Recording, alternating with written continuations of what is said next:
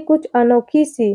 छोटे से गांव देवपुर की वह शाम हमेशा की तरह शांत थी। सूरज पहाड़ियों के पीछे छिपने की तैयारी कर रहा था और हवा में हल्की सी ठंडक घुलने लगी थी। गांव के किनारे स्थित पीपल का वह पुराना पेड़ जहां हर शाम बच्चे खेलते और बूढ़े किस्से सुनाते, उस दिन कुछ अलग ही अनुभव कर रहा था। वहां बैठे रमेश काका, जो अपनी कहानियों के लिए मशहूर थे, बच्चों को अपने पुराने दिनों की एक रोमांचक कहानी सुना रहे थे। तभी अचानक पेड़ की डाली से एक चमचमाता पत्थर नीचे गिरा। पत्थर के गिरते ही हल्की सी चमक चारों ओर फैल गई। बच्चों ने उत्सुकता से पत्थर को देखा और तुरंत रमेश काका से पूछा, काका यह क्या है?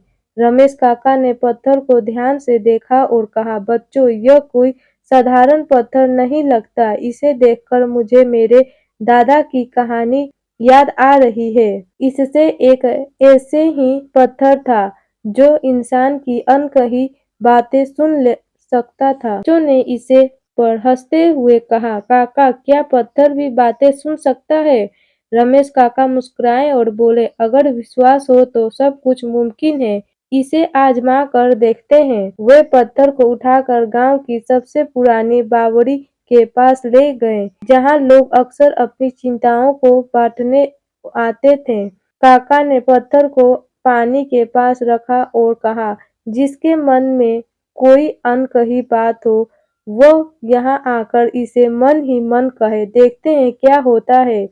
पहले तो लोग झिकझिकाने लगे, लेकिन धीरे-धीरे सबने इसे आजमाना शुरू कर दिया। अजीब बात यह थी कि जो भी पत्थर के पास अपनी बात कहता, उसकी समस्या कुछ दिनों में हल हो जाती। किसी की कोई खोई चीज मिल जाती, किसी की चिंता दूर हो जाती। यह सब देखकर गांव वाले पत्थर को चमत्कारी मानने लगे। लेकिन एक दिन गांव की मासूम सी लड़की पायल ने काका से पूछा, काका क्या यह पत्थर सचमुच हमारी बातें सुनता है या यह सिर्फ हमारा विश्वास है? काका ने प्यार से कहा, पायल यह पत्थर हमें खुद पर विश्वास दिलाने का एक जरिया है। जब हम अपनी बातें इसे कहते हैं, तब हम अपने दिल की बातों को पहचानते हैं और खुद ही उन्हें हल करने का रास्ता ढूंढते हैं। यह पत्थर बस एक बहाना है, असली जादू हमारे भीतर ही है। पायल ने मुस्कुराते हुए कहा, मतलब हमें अनोखी